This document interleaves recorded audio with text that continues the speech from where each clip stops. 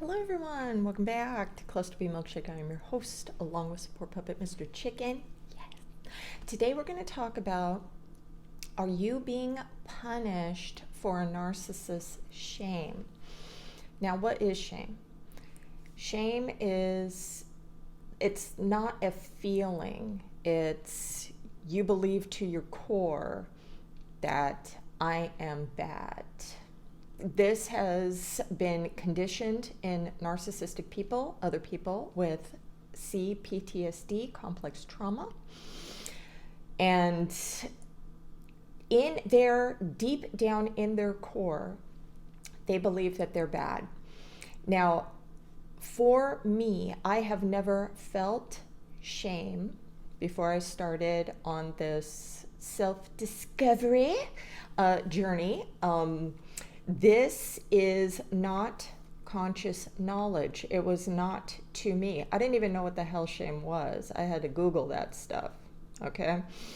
But it doesn't mean that it doesn't exist. It is the inner core of every narcissistic person.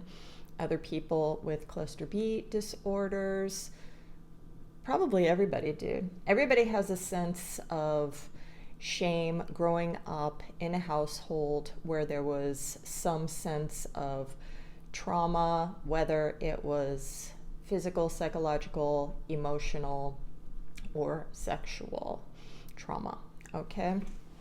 I think everybody has, at least an ounce, if not a Niagara Falls amount, okay? All right, so I'm gonna give an example of what this is. Remember, this video is about, are you being punished for a narcissist's shame, okay? Now, this book is called Victorious Emotions by Wendy Backland. And it's backwards, okay? All right. This is a wonderful book, and I just started it. With my broken glasses. Okay, here we go. So, when my husband Steve and I were first married, I was unable to feel loved by him because of the negative beliefs that imprisoned me. This is her shame core, okay? No matter what he did, I couldn't feel loved because I subconsciously refused to believe he could love me. We believe that we are unlovable, all right? It doesn't matter how, the world, the narcissists, they love themselves. No, we're very selfish, and we have a protective shell that defends ourselves from anything that tries to lower our self-worth. This is why narcissistic supply is all about getting self-esteem boost, okay? All right, so I interpreted things Steve did as didn't do as proof that he did not love me. I was using his weaknesses and personality traits against him. Does that sound familiar? I thought if he really loved me, he would be more aware of my needs. This is her wanting him to read her mind. Do some of y'all do that too? All right. I interpreted his actions and statements about how he felt about me rather than just facts about his personality. For instance, when I failed to wash the dinner dishes, he would get up early and do them because I believed I was inadequate as a wife. Shame. I thought he believed that too. I believed he thought I was not performing as well as his mother in this area. So every time he washed the dishes, I interpreted it as I'm not good enough. Shame. It wasn't until years later that I discovered one of his love languages is acts of service. When I thought he was saying, "You're not good enough," he was really saying, "I love you." Eventually, I understood that our marriage was not going to fail because Steve didn't love me. It was going to fail because I could not receive his love. To receive his love, I had to change two things. First, I had to radically train myself to believe I was lovable and worthy of love. Second, I had to acknowledge his love for me as truth. Now, narcissistic people, they do not believe that your love is real. When they grew up, it was, they didn't know, it was, I love you, I hate you, I love you, I hate you. So it wasn't consistent growing up. So we take that into adulthood. Also, we become that type of person as well. And if our love is counterfeit, we believe that yours is too, okay? Even if that truth did not feel true. Okay, so she still had to believe even though it didn't feel true to her in the beginning. Practically, this meant I had to stop looking for proof that he didn't love me and start looking for proof that he did. Now, this is huge because we're always looking for everyone to fail us. The tests that we give you, jumping to conclusions, assuming things, we always think that the dark side of the force is always shadowed upon our lives. We can't hold on to love, light, joy, happiness, anything like that. If you want to discover what your negative emotional strongholds, prisons are, then take note of what you're always trying to prove. Okay? So, just a little story. When I was with an ex-boyfriend, I would come over and bring food, I would wash dishes, I would do wifey type things. He resented me for these things because he told me later that he thought I was either manipulating him with bringing the gifts of food and everything. He thought I was taking away his autonomy of wanting to choose what to eat, though he never said anything to me. It's all assumptions. And then if I came over and did the dishes, I was just cleaning up because I love him.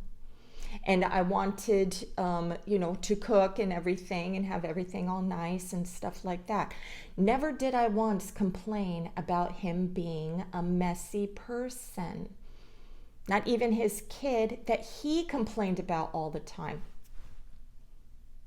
So, it's very important. Watch my video on resentments. It's very damaging holding resentments towards your people.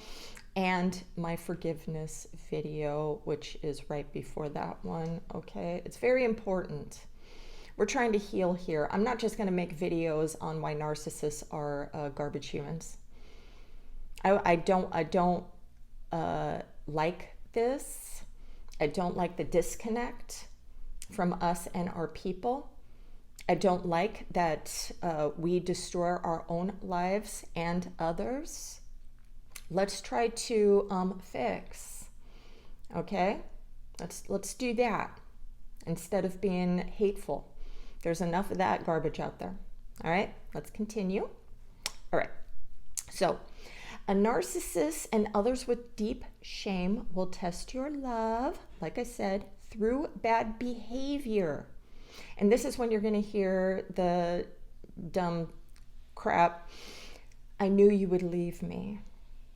Now, this is a cop-out. Everybody leaves the narcissistic person because the narcissist does not have the tools to understand what's actually going on inside of them and to learn to not attack others and be defensive. You know, it's warranted to be angry about things. It doesn't mean that you walk around zen all the time, but a narcissistic person is going to be defensive for things that they do not need to be defensive of, because we feel that it is a weakness to be calm. And I don't mean the psychopath calm where we're calm and then we're just pushing your buttons and we're calm and, oh, you need to go to the psych ward, there's something wrong with you, calm. I'm talking about that. Okay, all right.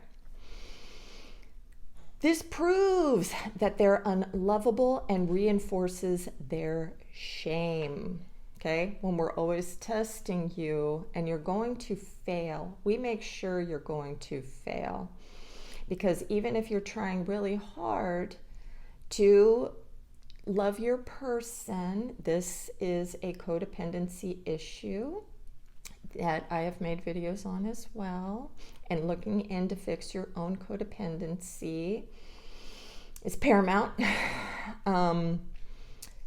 Yeah, so, you know, it doesn't matter how many hoops you jump through. If the narcissistic person or other cluster B is hell-bent on destroying the relationship because of how they feel about themselves, deep down, that is what's going to happen. Okay? All right. Some are beat down by childhood and society that they prove you right by being the monster you believe them to be. You will see this in children. You will see this in adults when all you do or all you see from their past is people just, you know, treating them like garbage or they're nothing. You'll never get better. You'll never do anything right. You know, all when narcissistic people are watching these garbage channels, you know, telling them how they're worthless and all this other shit, just compounding their shame, they're going to prove to you that you're right. Okay? They're going to prove to you.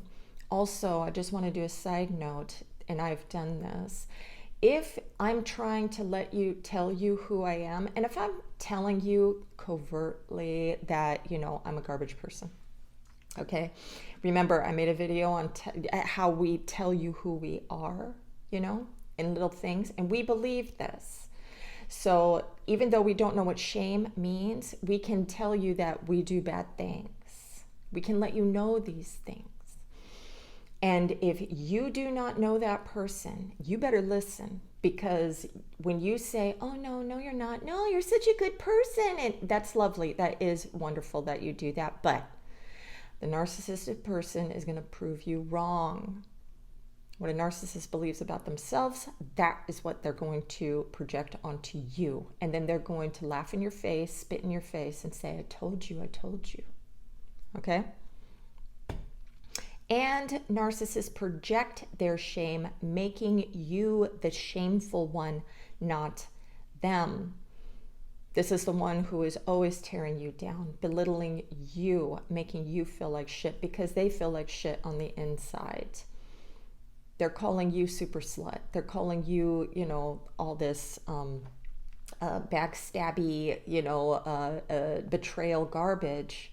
Because either they have been backstabbed, betrayed throughout their lives, or they also, with blinders on, do this to other people, and then that gets locked away in their dissociative amnesia.